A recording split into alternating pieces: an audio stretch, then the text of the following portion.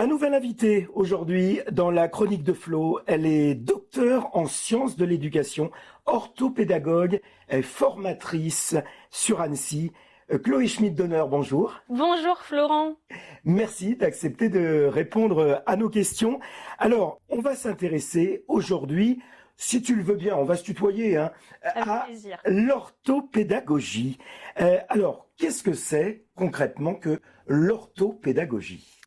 C'est un mot bien mystérieux, en tout cas en France.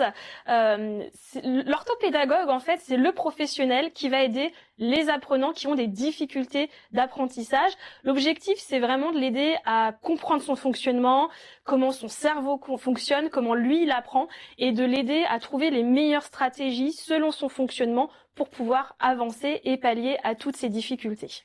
Et alors, quel est le profil des personnes que vous accompagnez le plus souvent ? Très très large, un profil assez varié, les enfants, les ados, les adultes.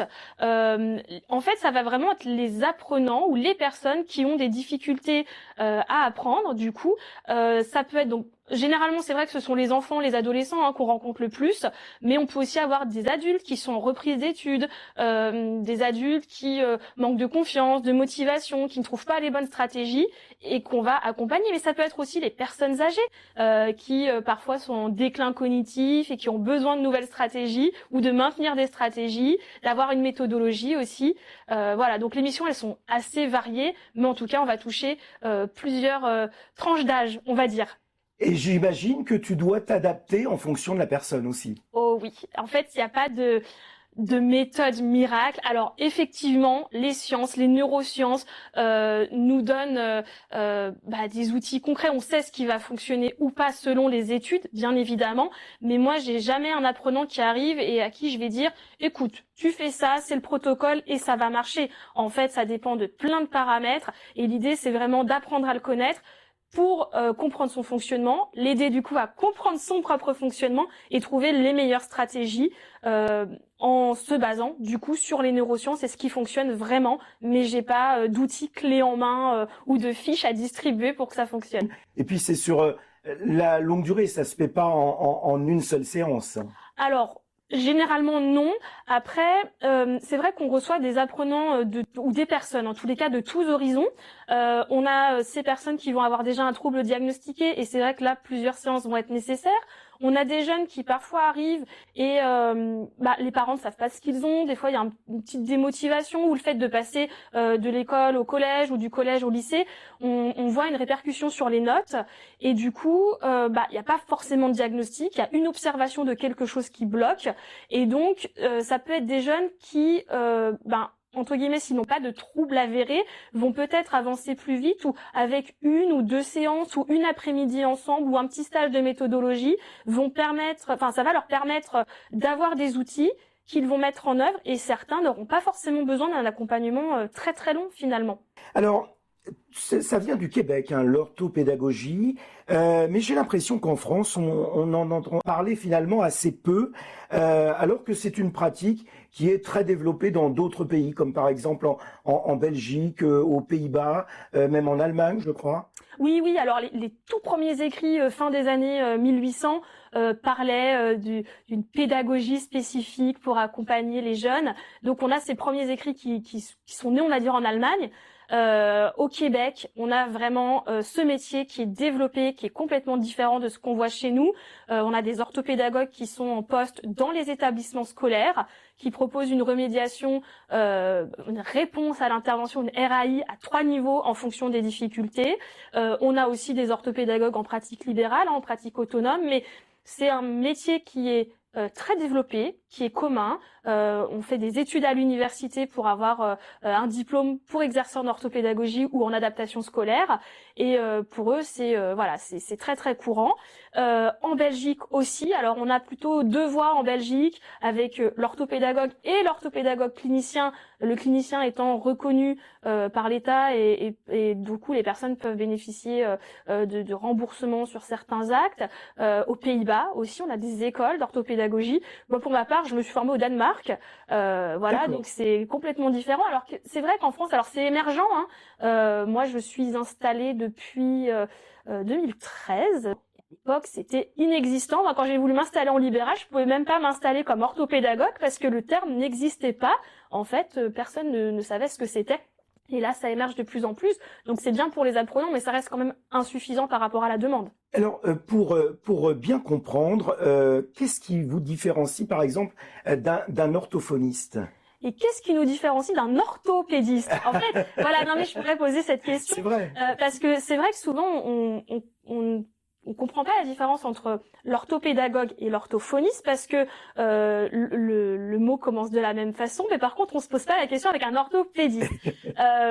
L'orthophoniste, alors c'est vrai que je vais pas rentrer dans les détails parce qu'on n'aurait pas le temps d'aborder. Mais pour différencier, vraiment l'orthophoniste va être plutôt sur déjà la rééducation. C'est un rééducateur, hein, l'orthophoniste, du langage écrit, du langage oral, alors que l'orthopédagogue n'est pas un rééducateur. On va proposer une remédiation en lien avec les difficultés et ou les troubles d'apprentissage pour acquérir les bonnes stratégies pour apprendre. Donc on n'est pas sur le même volet. Et l'idée, c'est pas de se dire que c'est une concurrence ou qu'il faut se dire est-ce que je vais voir l'orthopédagogue ou l'orthophoniste. En fait, on peut très bien aller voir les deux parce que on ne fait pas du tout le même métier. Donc c'est pas de la concurrence ou l'idée c'est de se dire quel est le besoin de la personne. Et voilà, c'est comme si on a du diabète et on a un cancer. Pas de chance, mais en fait on va aller voir deux médecins différents. Et l'idée c'est pas de faire un choix et de se dire est-ce que je vais voir un diabétologue ou est-ce que je vais voir un cancérologue. J'ai des besoins à plusieurs niveaux, donc je vais voir les professionnels qui sont en lien finalement. Comment vous travaillez finalement avec les personnes que vous accompagnez? J'imagine que c'est différent en fonction aussi de la personne, mais vous utilisez des méthodes spécifiques, vous avez des outils, comment ça se passe? Alors effectivement, ça dépend pourquoi la personne vient aussi, mais déjà il faut savoir que les séances, en général, ça dure entre 45 minutes et 1 heure, ça va dépendre aussi de l'âge de la personne. C'est vrai que les plus jeunes, en général, je les garde 45 minutes, c'est déjà pas mal parce que c'est un investissement aussi cognitif pour eux. On n'est pas sur du soutien scolaire. Donc l'idée c'est pas de leur dire tu viens avec tous tes cours et puis tiens on va faire l'exercice de maths ensemble et tu vas réussir l'exercice de maths. On n'est pas sur de l'académique. Par contre moi ça m'arrive notamment pour les plus grands de leur dire tu viens avec tous tes cours. Et là, moi, ce que je veux voir, c'est déjà, est-ce que tes cours ils sont complets, est-ce qu'il manque des leçons? Parce que si c'est le cas, ça va être compliqué effectivement d'optimiser ces révisions. Est-ce que tu as le temps de prendre des notes? Est-ce que tu recopies bien ce que te dit le prof ou ce que tu vois au tableau? Est-ce qu'il y a un décalage? Parce que là, on va peut-être se dire ah ouais non mais peut-être qu'il est très inattentif ou peut-être qu'il n'a pas le temps de noter parce qu'il y a une certaine lenteur. Donc déjà, ça nous donne des indices sur comment ça se passe en classe. Et puis comment tu apprends? Dis-moi, par exemple, là, si je te dis demain, tu as un contrôle d'histoire géo, tu fais quoi? Ah bah moi, je lis mon cours et c'est bon. Ah, alors c'est peut-être pas la bonne stratégie. Comment on fait pour apprendre, pour mémoriser? Comment il fonctionne ton cerveau et qu'est-ce qui marche réellement pour mieux mémoriser? Quand tu arrives face à ta copie, c'est quoi le problème? Ah bah je stresse, ok. Ou alors j'ai l'impression de plus rien connaître. Ou alors j'ai l'impression de pas comprendre les questions, elles sont trop longues. Et en fait, on va vraiment trouver des stratégies en fonction aussi de ce que nous rapporte l'apprenant et se baser vraiment sur ce qu'il fait. Hein. Mais alors ça, pour ça, tu as des méthodes ou tu as J'ai une baguette magique. Tu te sers de jeu, il y a le côté ludique, je pense, qui doit bien marcher. Effectivement. Alors, on se rend compte quand même que souvent, il y a des fonctions exécutives qui sont moins bien développées. Alors les fonctions exécutives, elles se développent jusqu'à 25-30 ans, donc ils ont encore le temps. Hein, mais des fois, c'est pas suffisamment développé, c'est ça qui va bloquer. On a des jeunes qui manquent d'activation. L'activation, c'est quand on va demander de faire une action et que l'action va être immédiate, ou alors maintenir le travail sur toute la durée de la tâche. Et du coup, on a des jeunes, s'ils ne s'activent pas suffisamment rapidement, par exemple, ils vont perdre un petit peu de temps, ils vont être plus lents que les autres, et du coup, arriver à la fin du temps de devoir, de contrôle, ils n'auront pas fait toutes les questions. Donc, on va pouvoir, par exemple, utiliser un jeu pour travailler l'activation.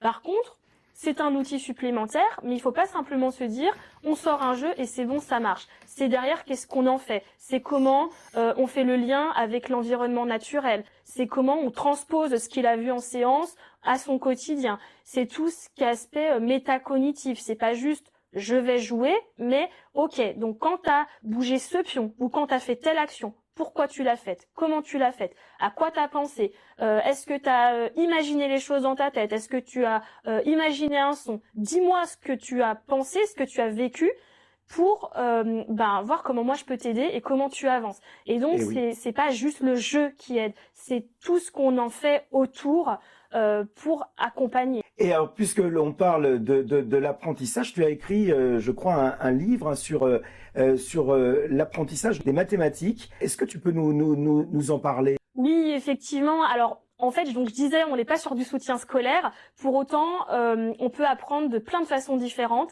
J'ai remarqué, et je pense que beaucoup sont d'accord avec ça, les mathématiques, c'est un petit peu la bête noire, malheureusement, parce que finalement, c'est pas plus dur qu'une autre matière. Par contre, on a certains qui angoissent juste en entendant le mot mathématiques. Et puis des fois, comprendre les concepts, travailler les concepts, c'est pas évident.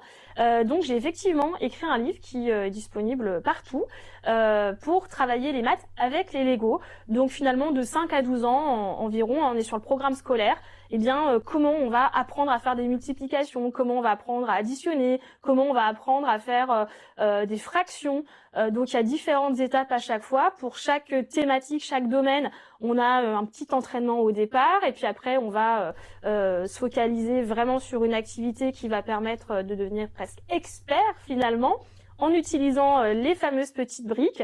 L'idée c'est d'engager la motivation, de motiver certes, mais surtout d'engager l'enfant sans le stresser, parce que le jeu c'est un excellent levier d'apprentissage. On peut apprendre sans s'en rendre compte ou sans que ça soit vécu comme une contrainte. En tous les cas, les Lego, eh bien beaucoup aiment ça, et donc après souvent ils se disent ah mais c'était si facile que ça. En fait bah oui, avec les Lego j'ai compris, et donc bah tu vois, avec les Lego t'as fait ça, là t'as compris, et bah sur ta feuille comment ça se passe, et donc on va faire le lien entre les deux. Et ça va vraiment débloquer des choses, rendre l'affaire plus légère, on va dire, parce que c'est pas toujours évident.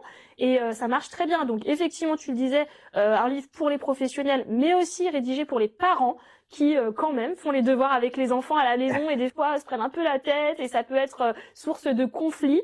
Donc là, ça peut être le moyen d'avoir des astuces en tant que parent, parce qu'on est parent, on n'est pas enseignant, des astuces faciles, des exemples concrets, et puis de pouvoir passer malgré tout un bon moment avec son enfant, tout en créant des apprentissages autour du jeu. Alors, toujours dans l'apprentissage des jeunes, c'est un volet important hein, finalement.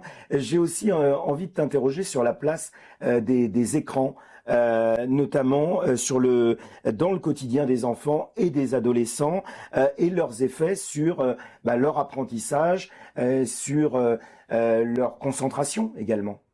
Alors, c'est un sujet vraiment très d'actualité, d'autant plus qu'on est une génération où les écrans sont partout et que même si on interdit le téléphone portable ou voilà, en fait, tout est écran. On va dans le bus, il y a un écran pour nous dire à quel arrêt on est.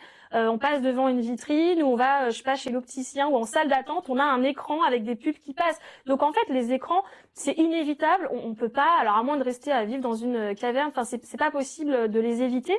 Après, déjà, je tiens à dire que ce ne sont pas les écrans qui vont causer un trouble du neurodéveloppement. Un trouble du neurodéveloppement, on l'a dès la naissance, même avant, hein, pendant la grossesse, pendant le développement in utero. Et en fait, c'est pas quand on parle d'autisme virtuel ou d'enfants qui ont un TDAH parce qu'il y a des écrans. Non, le trouble, il est déjà là. C'est une certitude.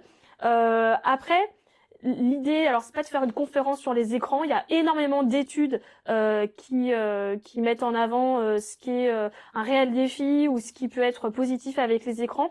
Moi, je tiens quand même à dire que c'est pas tant l'écran qui pose problème, c'est l'usage qu'on en fait. Et regarder un court dessin animé avec son enfant pendant 5-10 minutes, être à côté de lui, discuter en disant « Ah, t'as vu, il a mis un pull bleu. Oh, puis t'as vu, là, il a sauté, c'était chouette. » Eh ben, c'est hyper intéressant finalement parce qu'on est dans l'échange, on va travailler le vocabulaire, on est présent pour l'enfant. Par contre, jouer 5 heures de suite sur un jeu vidéo enfermé dans sa chambre, oublier de manger, là non, c'est pas pertinent. Donc l'idée, c'est pas forcément de diaboliser les écrans, Oui. c'est plutôt de sensibiliser à l'usage et surtout à voilà, comment on les utilise, qu'est-ce qu'on en fait. Ça peut être un excellent outil que moi j'utilise d'ailleurs en séance, hein, J'ai des applications sur tablette qui vont aider pour les fonctions exécutives, qui vont permettre de travailler des choses voilà, pour des enfants avec TSA, par exemple, sur certaines notions. C'est hyper pertinent, mais c'est comment on les utilise, à quelle fréquence. Et alors, en matière justement de concentration, d'organisation, tu proposes aussi, je crois, des stages de méthodologie. Hein. Tu peux nous en parler, hein? Effectivement, alors c'est plutôt des stages collégiens, lycéens. C'est vrai que les enfants en élémentaire, je préfère les voir en individuel pour voir vraiment ce qui pose problème dans les apprentissages. Collégiens, lycéens, effectivement, moi je propose des stages sur une demi-journée. Alors on fait des petites pauses quand même. L'idée, c'est de voir comment ils apprennent et de leur apporter des pistes concrètes, des outils. Voilà, des flashcards. Est-ce que tu en fais? Pourquoi tu n'en fais pas? À quel moment c'est pertinent d'en faire? Est-ce que tu sais faire une carte mentale? Est-ce qu'il faut faire toujours une carte mentale ou pas forcément pour réviser? En fait, ça leur permet déjà de pas être tout seul, de voir que on peut galérer un petit peu en groupe et puis quand on ressort, on a des fiches outils, on a appris des choses, on peut travailler ensemble et se dire allez, on va s'entraider. C'est hyper porteur pour eux. Et l'idée, c'est pas de faire des stages toutes les semaines ou de les voir en long suivi. On a certains jeunes qui, en fait, n'ont pas les outils parce qu'on leur a pas dit comment faire ou pas appris comment faire. Mais une fois qu'on leur a dit, ça fonctionne. Dès que c'est mis en place, ils n'ont pas besoin de revenir me voir et c'est l'objectif. Moi, je leur dis tout le temps, j'espère ne pas te revoir. C'est pas que j'ai pas envie de les revoir en soi en tant que petit être humain, c'est qu'en fait, ça veut dire que tout va bien pour eux et c'est ça l'objectif finalement. Alors, on parle des jeunes, mais vous accompagnez aussi des adultes. Alors, dans quel cadre ils peuvent venir justement vous consulter? Alors, différents cadres. Moi, j'ai eu pas mal donc des adultes en reprise d'études ou qui pensaient à une reprise d'études et qui se pensaient, par exemple, trop âgés pour reprendre des études en se disant j'ai un peu un brouillard mental et puis j'ai le quotidien à gérer, puis est-ce que je serais capable de reprendre des études et de prendre des notes et de rester assis toute la journée? Donc, on peut travailler là-dessus. J'ai eu aussi, plutôt dans le cadre de remédiation des fonctions exécutives, des médecins avec qui je collabore, qui m'ont envoyé des personnes qui avaient fait notamment un burn-out et qui en fait n'arrivaient plus forcément à planifier, à organiser. Donc on a travaillé ça vraiment avec des jeux, avec des supports. Donc c'est pas forcément le public que j'accompagne le plus, hein, bien évidemment, ça reste plutôt anecdotique, en tout cas dans ma pratique à moi, parce que je sais que j'ai pas mal de collègues qui interviennent avec davantage d'adultes que d'enfants, par exemple. Mais voilà, ce sont des accompagnements qu'on peut proposer. Et quel changement vous observez le plus souvent chez les personnes que vous accompagnez? Déjà, moi je trouve une vraie envie de venir. Et ça, déjà, c'est hyper important. On a des fois des familles, des parents qui me disent, écoutez, il a déjà vu X professionnels, et tel psy, et tel médecin, et tel orthophoniste. Il en a marre, il veut plus y aller. Et quand je vois qu'ils viennent, qu'ils ont le sourire, et qu'ils ont envie d'apprendre des nouvelles choses, déjà, c'est hyper positif parce que ça va les aider à apprendre. Moi, les changements que je vois le plus rapidement, c'est très souvent l'augmentation, une meilleure confiance en eux.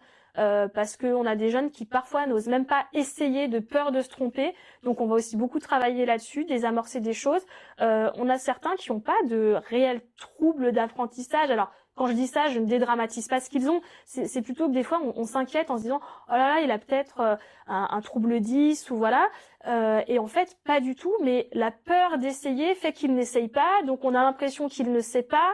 Alors qu'en fait c'est pas forcément le cas. Donc vraiment travailler sur la confiance. Moi je leur dis qu'ici tout le monde peut se tromper, que moi aussi je me trompe, que il peut me dire ce qu'il veut. Moi je vais pas le juger, je vais pas raconter aux enseignants ou à ses parents ce qu'il a pu me confier. Donc on est vraiment dans une relation de confiance et puis vraiment de lui montrer que voilà, tu peux réussir. Regarde, t'as réussi ici. Donc ouais, mais c'est normal, c'était un jeu. Oui, mais alors du coup, viens, on va le faire sur ta fiche. Ah bah tu vois, là aussi, t'as réussi. Donc quand tu me dis que tu échoues tout le temps, en fait non, tu réussis des fois. Ça peut être dur, mais on essaye, on le fait ensemble. Et moi, voilà, le changement le plus radical que je trouve, c'est vraiment cette confiance. Et puis, je vois aussi dans les yeux, en fait, c'est assez surprenant, mais je le vois assez fréquemment, donc j'en suis même plus surprise, mais où, tu sais, ils ont comme cette lueur là ou cet éclair de génie quand ils ont compris d'un coup ah ouais, ah c'est ça, et en fait on le voit dans leur regard, dans leur attitude et on se dit eh ouais, et c'est bon. Et un petit exemple, j'ai une maman qui m'a écrit il y a pas très longtemps parce que j'ai vu 16 filles, alors en stage méthodologie mais en individuel. Pour le coup, elle est restée 3 heures avec moi et c'est une jeune qui est au lycée, qui a un trouble, qui révise ses cours à fond, elle réécrit tous ses cours, quoi. Je Ah veux oui. dire, voilà. Et en fait, elle perd un temps fou pour une moyenne qui est même pas extraordinaire. Alors, elle a une bonne moyenne, mais par rapport à tous les efforts qu'elle fournit, elle me dit, moi, je suis épuisée et j'arrive pas à augmenter ma moyenne. Et elle fait trop, mais elle fait trop parce que déjà elle est inquiète et elle pense que en faisant ça, ça la rassure, ça va l'aider, mais on se rend compte que peut-être que ça la rassure, mais en fait ça l'aide pas parce que la moyenne elle est pas meilleure. Donc là on trouve d'autres stratégies, je lui explique, je fais avec elle, on va sur l'ordi, la tablette, machin, voilà, on trouve des trucs. Et à la fin elle me dit, oh mais j'ai juste à faire ça. Oh wow! Et là elle s'imagine qu'elle va gagner 1 heure par soir et qu'elle va pouvoir faire ce qu'elle veut au lieu de faire ses devoirs. Et la maman m'écrit le soir là, elle me dit, ah ouais, là elle a eu un truc, elle a tilté là, il y a eu quelque chose qui s'est passé, elle était trop contente en rentrant et vraiment, tu sais, l'éclair quoi, genre ah ouais, je vais faire ça et ça va mieux marcher. Et en fait, il faut arriver à trouver les outils pour leur redonner confiance. C'est ça, et leur montrer que ça marche. En fait, c'est pas juste, je pourrais leur parler pendant des heures. Il faut pas juste leur dire que ça va marcher. Alors leur dire c'est important bien sûr. Il faut déjà que nous on y croit pour que eux y croient aussi et leur montrer que regarde, si je te fais faire ça et si je te fais faire ça, là ça marche pas. Tu vas prendre quelle option? Ah oui, moi je fais beaucoup de techniques d'impact. J'ai une activité qui est sympa quand ils arrivent.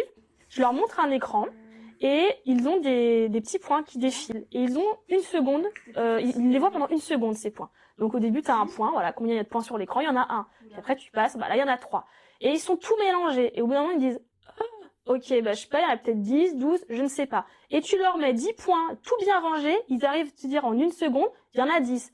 Ok, donc là tu me dis qu'il y en a 10, là tu me dis je sais pas. Pourtant il y en a la même quantité. C'est quoi le problème? Ah bah là ils sont organisés, puis là ils le sont pas. Ah, peut-être comme dans ton cerveau. Ton cerveau, en fait c'est comme une chambre en désordre. Si tu cherches quelque chose dans une chambre en désordre, tu vas peut-être bien trouver cet objet. C'est pas le souci, t'es pas bête, tu vas trouver cet objet.